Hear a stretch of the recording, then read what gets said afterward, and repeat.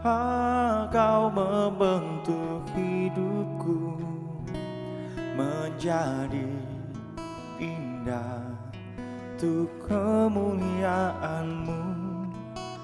Bapa, Kau telah memilihku, jadikan aku berharga di mata-Mu.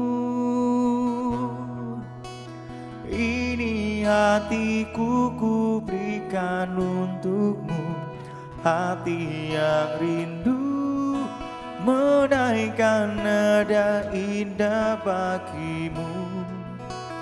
Ini hidupku selamanya milik-Mu, ku hidup hanya untuk menyenangkan-Mu.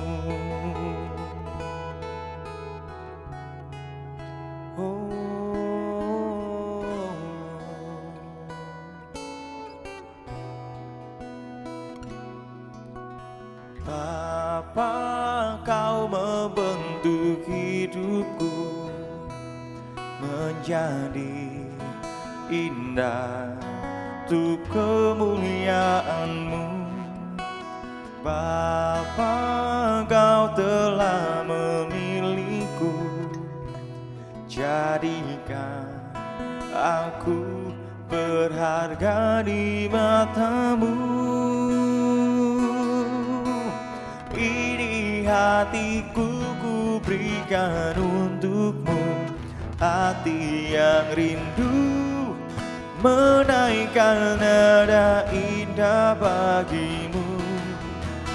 Ini hidupku selamanya milik-Mu, ku hidup hanya untuk menyenangkan-Mu. Ini hatiku ku berikan untuk-Mu, hati yang rindu menaikkan nada indah bagi-Mu.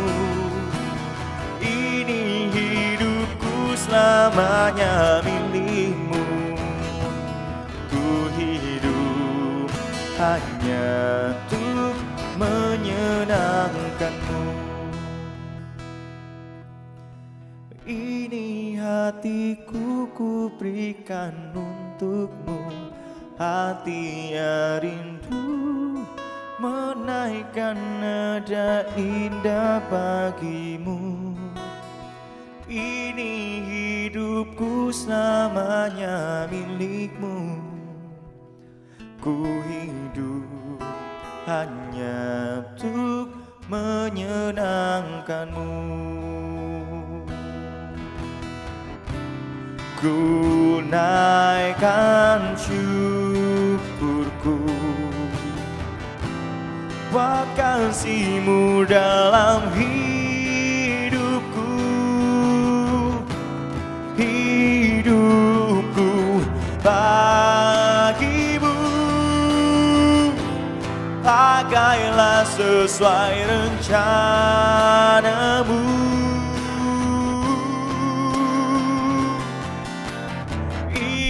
Hatiku ku berikan untuk-Mu, hati yang rindu menaikkan nada indah bagi-Mu.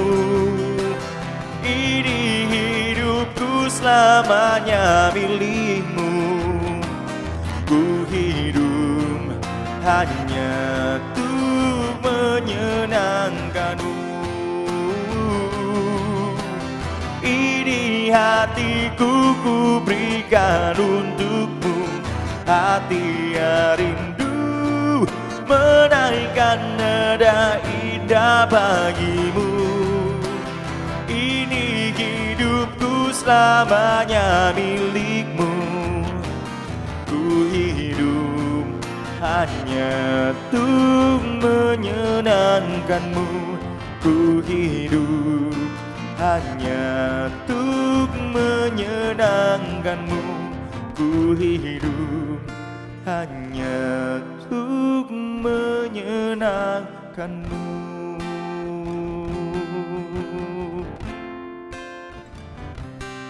Oh, kami berikan hati kami Tuhan, haleluya. Semuanya milik-Mu, semuanya Tuhan, haleluya.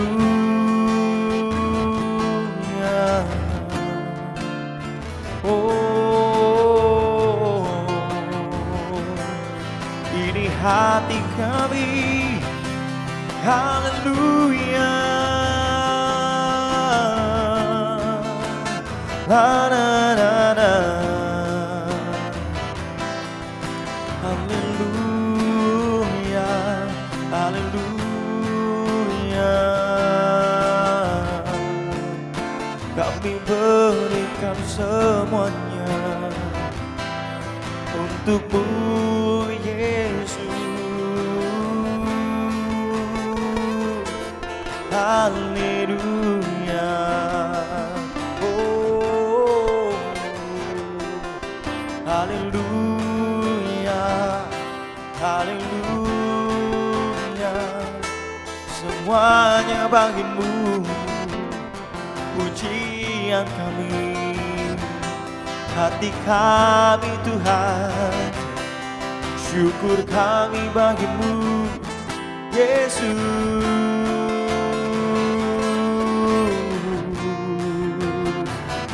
Terima kasih Yesus, haleluya.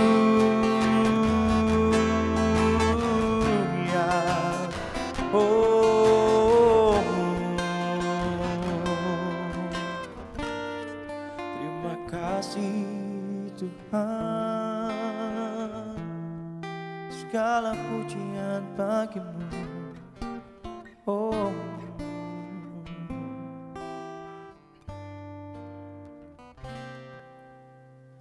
segala pujian syukur bagi-Mu.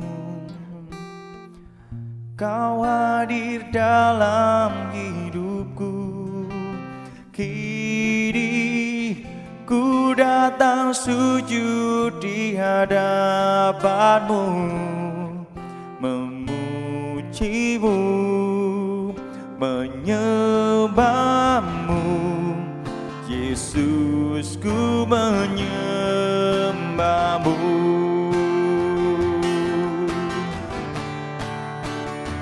Oh, segala pujian syukur bagi-Mu.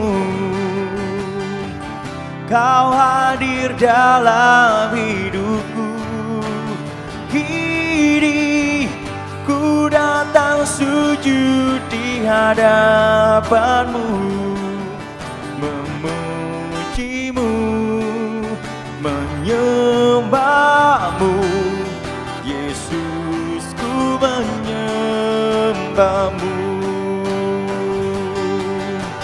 Oh, segala pujian syukur bagi-Mu. Kau hadir dalam hidupku, kini ku datang sujud di hadapan-Mu, memuji-Mu, menyembah-Mu, Yesus, ku menyembah-Mu, memuji-Mu, menyembah-Mu, Yesus, ku menyembah-Mu, memuji-Mu, menyembah-Mu, Yesus, ku menyembah-Mu.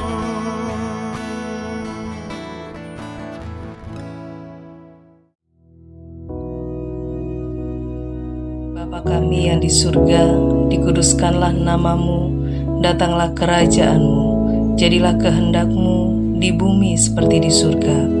Berikanlah kami pada hari ini makanan kami yang secukupnya, dan ampunilah kami akan kesalahan kami, seperti kami juga mengampuni orang yang bersalah kepada kami.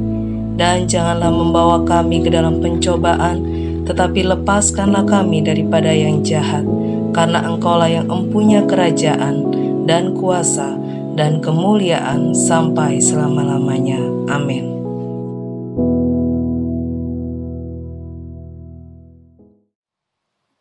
Puji nama Tuhan, saudara sekalian.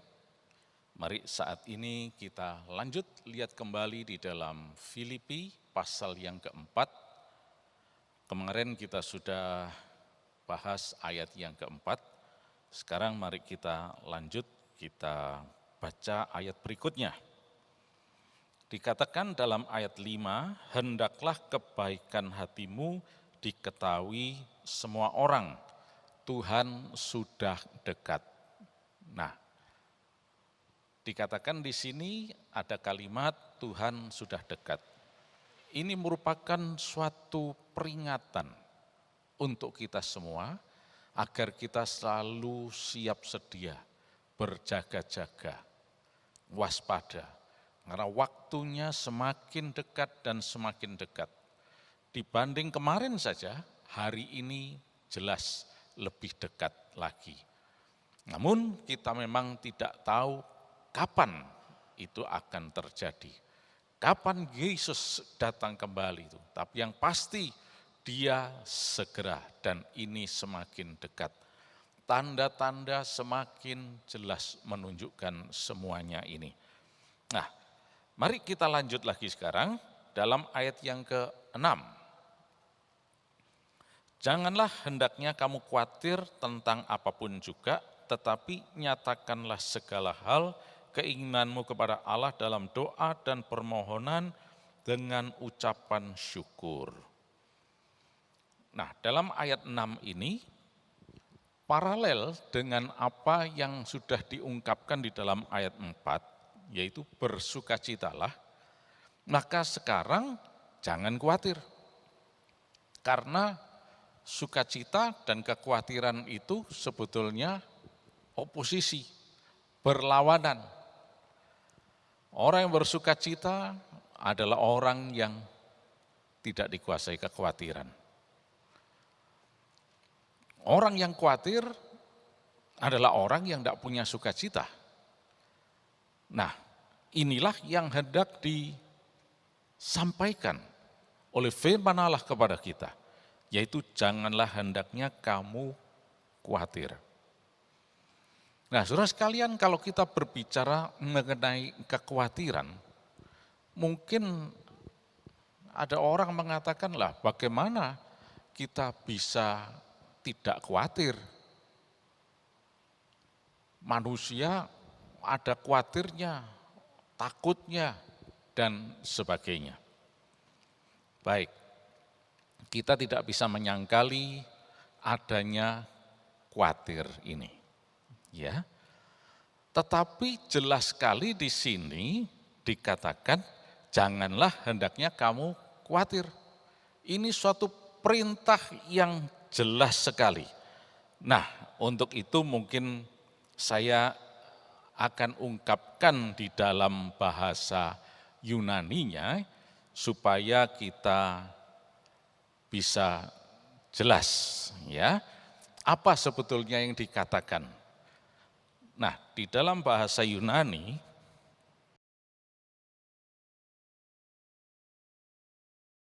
dikatakan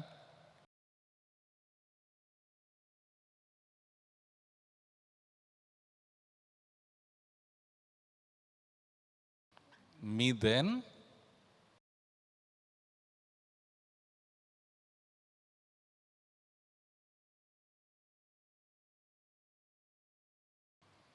merim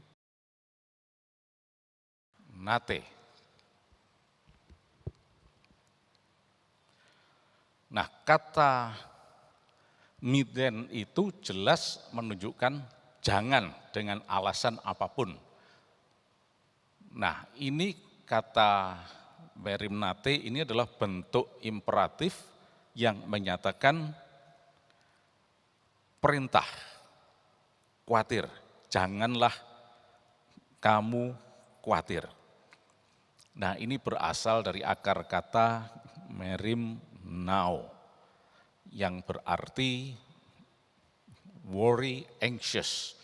Jadi Tuhan jelas sekali mengatakan di sini, jangan kamu khawatir. Jadi memang tidak boleh. Dengan kata miden merimnate. Jadi tidak boleh khawatir. Nah, oleh karena itu saudara sekalian, kita tidak bisa membantah lagi, tidak bisa memungkiri lagi hal ini. Karena jelas dikatakan jangan khawatir. Ini adalah bentuk imperatif.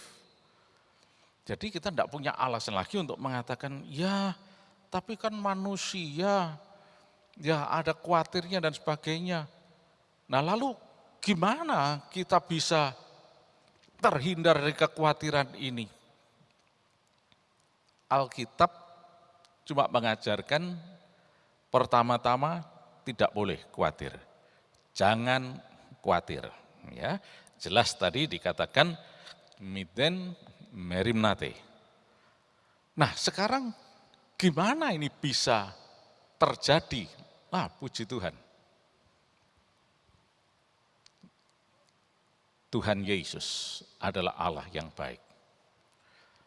Dia adalah Allah yang realistis. Dan dia adalah Allah yang betul-betul memberikan setiap solusi dalam setiap permasalahan manusia. Kita tidak perlu khawatir. Nah, tidak perlu khawatir lagi. Ya. Nah, bukankah kekhawatiran ini seolah-olah sesuatu yang selalu membayangi kehidupan manusia? Oke, tetapi coba kita lihat sekarang di dalam 1 Petrus pasal 5 ayat yang ke-7. Nah, di dalam 1 Petrus pasal 5 ayat yang ke-7 dikatakan di sana, serahkanlah segala kekhawatiranmu kepadanya, sebab ia yang memelihara kamu. Nah, jadi kekhawatiran itu bukan sesuatu yang secara realistis dihilangkan, bukan, tapi diserahkan kepada Tuhan. Nah, ini adalah solusi yang Tuhan berikan. Ya. Nah, di dalam bahasa Yunaninya itu kata serahkan itu adalah epiripsandes.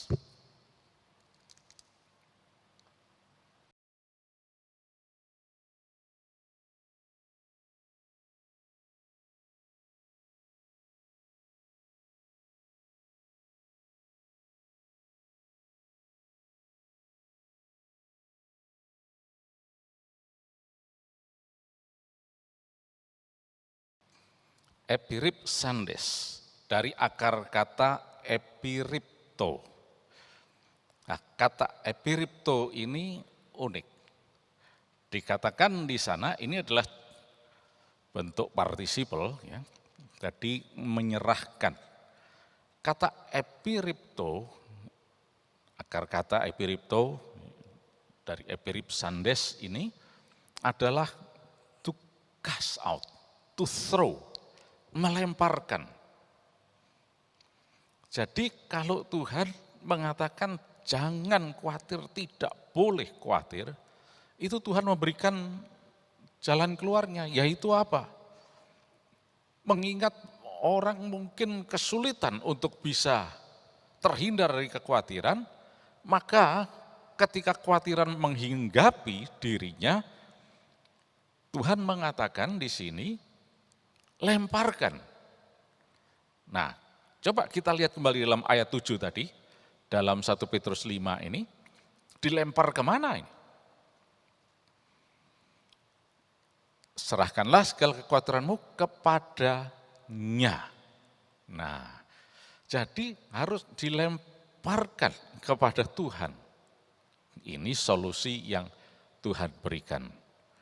Karena selanjutnya apa? Ia yang memelihara kamu. Nah, puji Tuhan.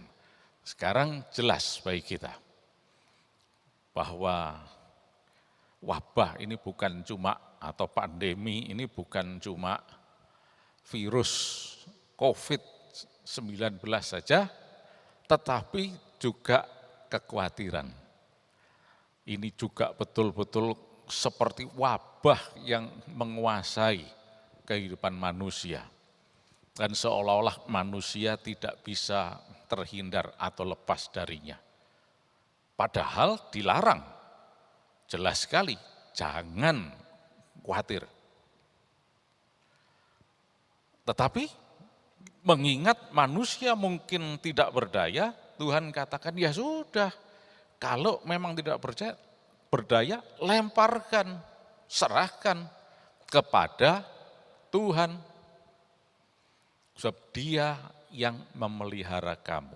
Artinya Tuhan yang bertanggung jawab sepenuhnya dalam kehidupan kita. Nah, itulah sebabnya saudara sekalian, firman Allah ini bukan sesuatu yang aneh. Bukan sesuatu yang bertentangan dengan common sense. Sementara perintahnya mengatakan, jangan khawatir, enggak boleh khawatir. Loh, mana mungkin? Kan dunia ini seperti wabah ini, kekhawatiran ini pokok itu mencengkeram, menguasai kehidupan setiap orang. Dan bisa dikatakan tidak ada orang yang tidak pernah dijangkiti oleh kekhawatiran ini. Tetapi secara realistis Tuhan memberikan jalan keluar. Lemparkan kepada Tuhan. Kalau kita tidak bisa, lemparkan, serahkan kepada Tuhan. Dan Tuhan merupakan jaminannya. Dia yang bertanggung jawab sepenuhnya atas kehidupan kita. Ia yang memelihara kamu. Puji nama Tuhan. Nah, itulah sebabnya saudara sekalian, dalam keadaan kondisi seperti ini, semua manusia dihinggapi kekhawatiran. Ketemu orang nanti khawatir. Kumpul nanti khawatir. Gimana nanti kalau saya datang ke tempat ibadah, ketemu banyak orang, khawatir. Ya. Dan pegang sesuatu, khawatir. Ini memang triknya iblis. Sesuatu yang dilarang oleh Tuhan, oleh Alkitab, justru disodorkan terus oleh iblis. Supaya manusia itu dicengkeram oleh kekhawatiran. Tapi mari saat ini, kita bebaskan diri kita. Loh, tapi gimana saya bisa? Yaitu caranya tadi, serahkan, lemparkan kepada Tuhan.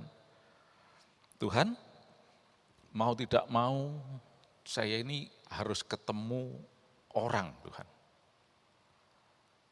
Sebetulnya saya tidak mau karena saya khawatir, Tuhan. Nah, sekarang lemparkan kepada Tuhan. Tuhan,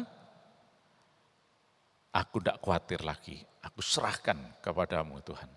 Nah, Tuhan yang memelihara. Walaupun ketemu orang sekalipun, Tuhan sanggup melindungi kita. Sanggup untuk membebaskan, menjauhkan kita dari ancaman virus ini dan sebagainya. Nah, saudara sekalian, antara khawatir dan tidak khawatir sebetulnya tidak ada pengaruhnya juga. Seperti kemarin sudah kita lihat, antara sukacita dan tidak bersukacita itu tidak berpengaruh terhadap keadaan yang ada.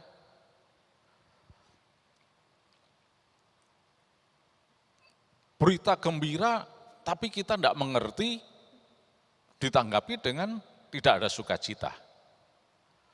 Ya tetap situasinya tetap sama. Andai kata pun pada saat itu dimengerti mengenai berita gembira ini dan bersukacita, ya tetap sama situasinya. Demikian juga dengan kekhawatiran ini. Khawatir atau tidak khawatir, itu tidak akan mendatangkan pengaruh. Malah kekhawatiran ini yang akan menjerumuskan kita nantinya ke dalam sakit penyakit lah, kesulitan, dan sebagainya. Beberapa testimoni dari orang-orang yang mengalami atau pasien COVID-19 ini, mereka mengatakan bahwa semakin khawatir, semakin takut, maka kondisinya akan semakin parah dan akhirnya tidak sedikit yang meninggal. Tetapi mereka yang survive ini, mereka tidak mau diikat kekhawatiran. Mereka berusaha tetap tegar, tetap dalam sukacita. Dan dari hari ke hari, imunitasnya semakin membaik. Dan akhirnya mereka bebas, sembuh dari serangan virus corona ini. Jadi saudara sekalian, antara khawatir dan tidak khawatir itu tidak mengubah situasinya. Katakanlah sekarang, saudara khawatir akan suatu keadaan yang akan saudara lakukan atau yang akan saudara hadapi. Saudara khawatir atau tidak khawatir, event atau peristiwa itu tetap ada, tetap terjadi. Oleh karena itu, mari kita pilih seperti perintah Tuhan, jangan khawatir. Ya. Nah, kalau kita lihat di dalam Matius pasal yang ke-6, ayat yang ke-27, di sini kita lihat bagaimana Tuhan Yesus juga realistis ketika dia mengajarkannya. Kalau kita baca mulai ayat 25 sebelumnya, Tuhan jelas mengatakan jangan khawatir dan seterusnya. Nah, dalam ayat 27 ini dikatakan demikian. Siapakah di antara kamu yang karena kekhawatirannya dapat menambahkan sehasta saja pada jalan hidupnya? Nah, jelas sekali Tuhan Yesus yang menunjukkan di sini bahwa khawatir atau tidak khawatir itu tidak akan mempengaruhi situasinya. Siapakah di antara kamu yang karena kekhawatirannya dapat menambahkan sehasta saja pada jalan hidupnya? Artinya apa dengan kekhawatiran ini justru kita akan sukses, berhasil. Sukses, berhasil dan sebagainya itu kuasa Roh Kudus. Kita tidak perlu takut itu. Allah yang memelihara, Allah yang berkuasa, Allah yang memberikan hari depan yang penuh harapan kepada kita. Nah, sikap kita khawatir atau tidak? Sukacita atau tidak? Nah, kali ini Tuhan memerintahkan jangan khawatir. Lemparkan kepada Tuhan kekhawatirannya. Serahkan kepada Tuhan. Sebab ini tidak akan memberikan pengaruh apa-apa. Andai kata